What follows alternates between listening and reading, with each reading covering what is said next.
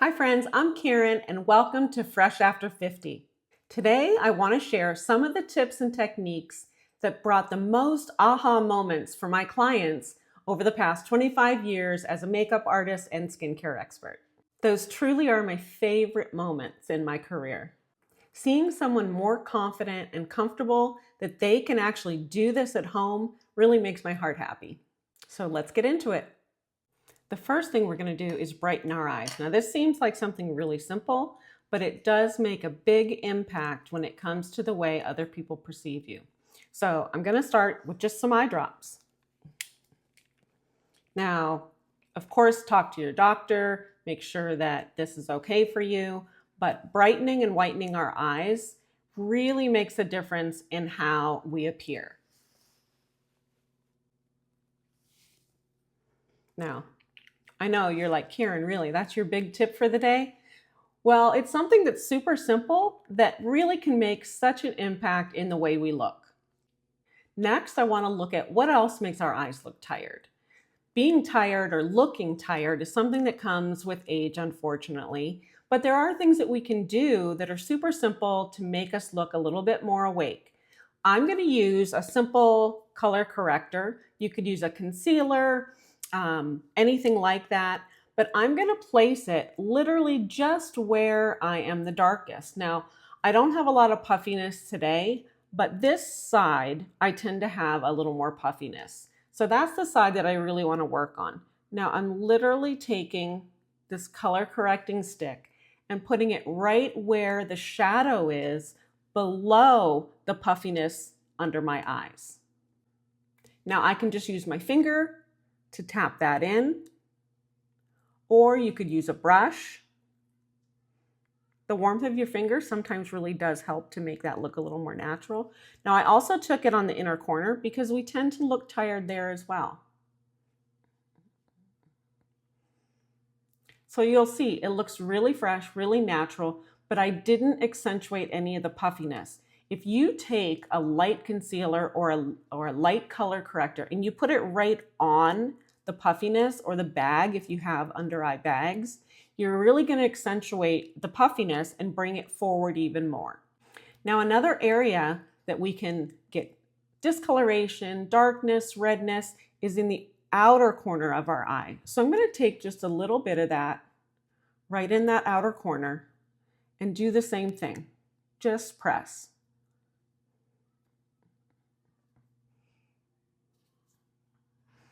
Now, an area that we don't really think about brightening sometimes that does get dark as we age is our eyelids. So I'm going to use my same color corrector. Again, you could use your concealer and take it over the lid. And I'm going to take this up to my brow.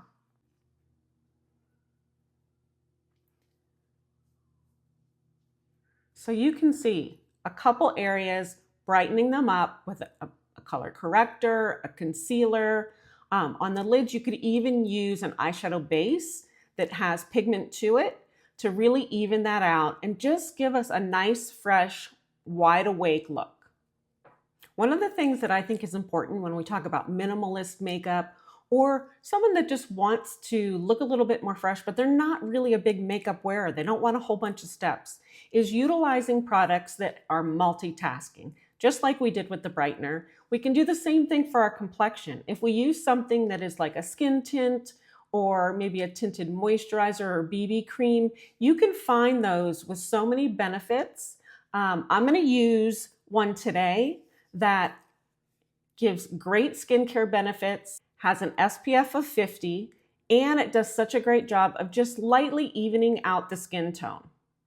Now keep in mind, no makeup product replaces a good skincare routine. So I want you to keep in mind that your skincare routine is always going to be most beneficial, and any makeup that you put on is going to look better when it sits on a nice, healthy skin underneath.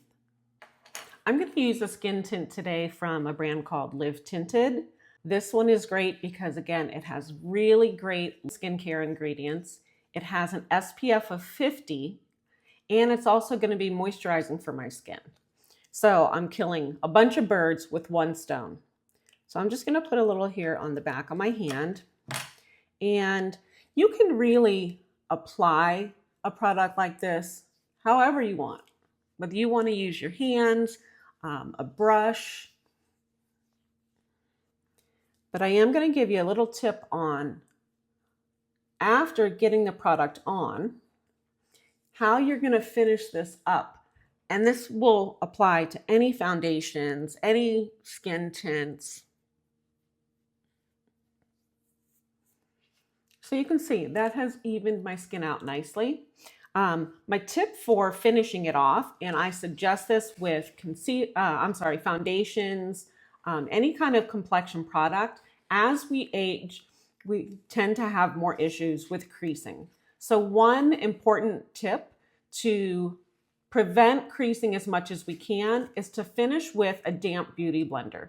Now, people talk about damp beauty blenders all the time, and people still don't really understand what that means. So with a makeup sponge beauty blender, you really want to get them wet. I put mine in the sink, run it under water, let it get fully saturated, then squeeze out as much as I can. So you might think, okay, now my sponge is ready. It's not. I'm going to take a paper towel and squeeze out even more water. You really want your sponge to not have saturation, but to just have that damp texture. So now I'm going to just kind of bounce this all over. And the benefits, especially for more mature skin, is it's going to smooth out or pick up any excess. The other thing is, I find as I age, my eyesight gets worse. So I may not realize I didn't blend it well in a certain area. So this is going to ensure that we have a nice even coverage and that we don't have so much product that it's going to crease. I'm not going to get any creasing because I don't have more product on my skin than it can handle. Now, another thing that is going to help with creasing is a little bit of powder. Now, you don't have to powder your whole face, but there are certain areas that are prone to creasing. So from my eyelids to under eye, and maybe you have creasing where maybe there's a little more texture, maybe around the nose. So set those areas really, really lightly with some powder. So I'm just going to take my brush into my cap and I'm going to tap off as much as I can. And before you set, you want to make sure that you smooth everything. So there's no creasing happening as I'm setting. We don't want to lock any creases in. Now, I'm not a huge powder person around the eyes. I don't want my eye area to look dry, but I do want it to stay in place. So a very lightweight powder done very softly is going to be the key. Now I'm also going to take it just here next to my nose, a little bit right here. And then before we go into any other powder products, such as next tip is going to be about blush, I want to make sure that my skin is not too tacky. When we use very hydrating products, things that, really any foundation, tinted moisturizer, skin tint, we're putting a liquid on the skin. Now, if I go with my blush and go right on my skin that is damp and slightly tacky, you can't avoid that. It's not going to blend smoothly. So I'm going to, again, take a very, very slight amount of powder and just go where I'm going to go with a little bit of blush. So now our eyes look brighter, our complexion looks a little bit more even and has a great skincare benefit to the skin tint. But now we want to add a little bit of color back to the skin. We don't want to look one-dimensional. So we're going to do this with blush. We're not going to get into contouring, bronzing, all of that. For our minimalist, this is going to be just perfect. And I'm going to use a blush that is just kind of mimicking a soft flush to my skin. So I'm going to load my brush, tap it off, and really just take that where I would naturally get a little bit flushed. So you don't want to go too far down. You know, we used to do the apple of the cheek, and now when we do that, it kind of drops. So I'm going kind of high on the apple of the cheek and just blending it back a little. That is so simple. It brings back some color and we look more healthy and refreshed. You can also take your blush and hit the spots on the face that might get a little bit of color if you were in the sun. So similar to bronzing, people call it blonzing, but I would get a little extra color on my nose, a little bit here at the hairline. So just really, really simple placement, and it doesn't have to be overwhelming. Okay, now we're gonna take our blush in a little bit of maybe an unexpected place. So we've evened out our eyelid, we brightened it up, but we don't have much shape going on there. So I love, this is literally one of my favorite things to do, and really for my everyday makeup, this is my eye look. I'm gonna take an eyeshadow brush into my blush and just really softly, with my eyes open. Now this is key. You want to be able to see this when your eye is open, especially if you're getting hooded lids or you've always just had that eye shape. Sometimes when we go with an eyeshadow, we do it with our eyes closed and we can't see it when we open our eyes. It disappears. So I'm going to go above my crease with my eye open, and my mirror is on this side. So if I keep looking there, I apologize. But with my eye open, I want to be able to see this color. And I'm just doing a windshield washer back and forth. You'll notice I'm not going very round, which when we're younger, our eyes have more of a rounder shape. Now that my eyelids are more hooded, they kind of come down flat. So I'm going above that, almost to the brow. But you'll see how just placing that blush there gave my eyes some definition and some shape. You could stop literally with just that. This next tip is another simple one, but so many people skip this, and I think that it's really important because it makes such a difference and it's so simple. We're literally just gonna curl our lashes. So if you're afraid of lash curlers, don't be. Take your time, do it with minimal pressure, and I promise you, you're gonna get to be a pro at lash curling in no time. So I'm putting it at the base, and I'm gently squeezing at first to be sure I don't have any skin. That's where people get pinched, and I'm just squeezing. It's not hard. And you will immediately see how much more open that eye looks. So we've got our eye brightened, we've got a little bit of definition there, and it's so simple that there's just no reason not to do it. So ladies, curl your lashes. We're almost finished with a full face of minimalist makeup. If you've enjoyed this and you like some of these tips, or you think you would just like to hang out as a community here, I would really appreciate it if you would like this video and subscribe. Moving on to the lips, a very nice, very simple way to look more polished is just not to have dry, cracked lips, have them look juicy and plump, and you can do that with so many different things. Just a colored lip gloss, a clear lip gloss. I love to use a plumping lip gloss. What that does is helps to give me a fuller lip look, but it also enhances the natural color of your lips. Just because it's bringing blood circulation, it's really going to make a difference in the way that your lips appear.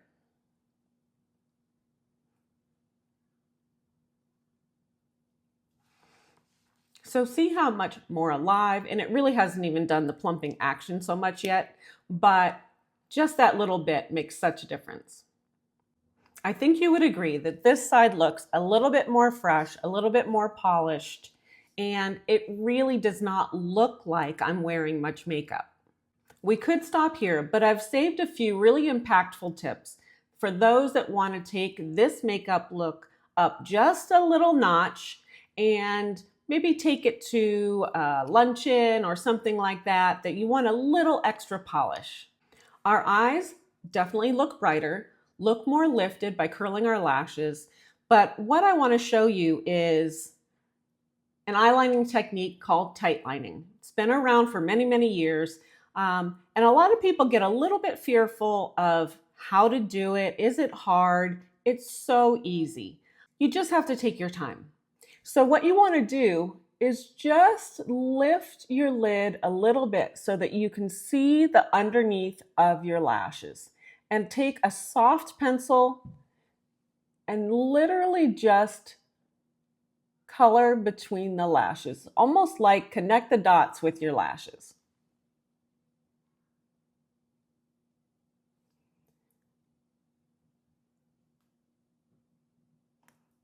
So you'll notice I'm not going way into the waterline.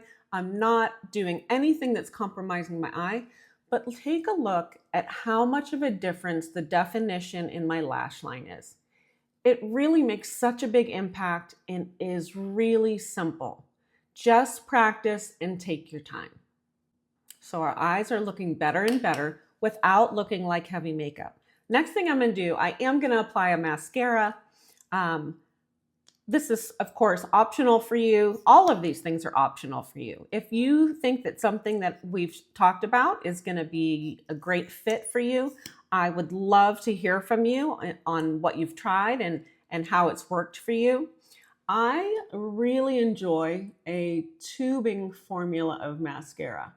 Not everyone is sure what that means, so I'm going to explain it. A tubing formula is in the formulation of the mascara. It creates a little tube over your lash. So it encapsulates your lash and seals. So when that seals, there's no flaking, there's no smearing, no smudging. That's what I love about it. I have found if I use, traditional mascaras, they end up here, they end up down here, and that's just frustrating for me. I also really don't love using waterproof mascaras because at the end of the day, they're difficult to take off.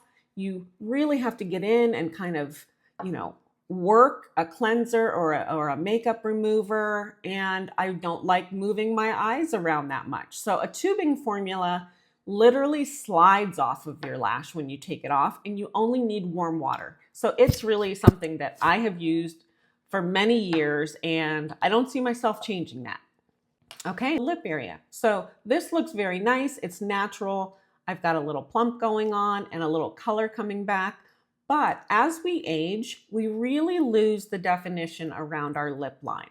It just is the aging process. So using a lip liner in a really clean, natural way can make a big impact on the way that our mouth looks. I'm going to blot just a little bit of this gloss because I don't want it to completely blend with the lip liner as I'm applying it.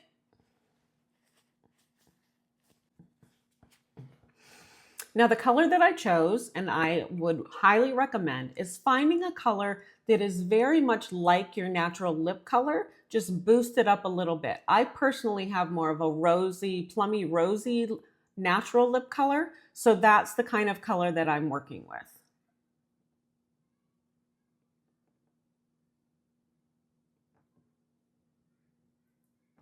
And you can see it's very, very close to my lip color.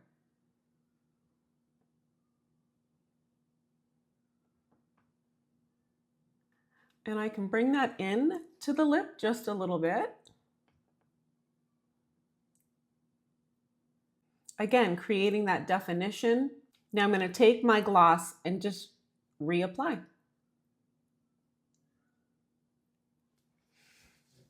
So you can see just a little bit more definition on that side. I hope you can see what a difference some very simple, really just targeted tips can make us feel and look a little bit more fresh and pulled together. Here is our final look. I did both sides. You can see eyes are brighter, skin is more even. Everything just looks more polished and, in my opinion, nice and fresh. I'd love to hear from you in the comments. If you try any of these tips, let me know what your result was And please tell me if there are other things that you really want to learn about. I would be so appreciative if you would like this video and subscribe to my channel, where I am so happy to share what I've learned in the past 25 plus years working in the beauty industry. Thank you for being here, and I hope to see you soon.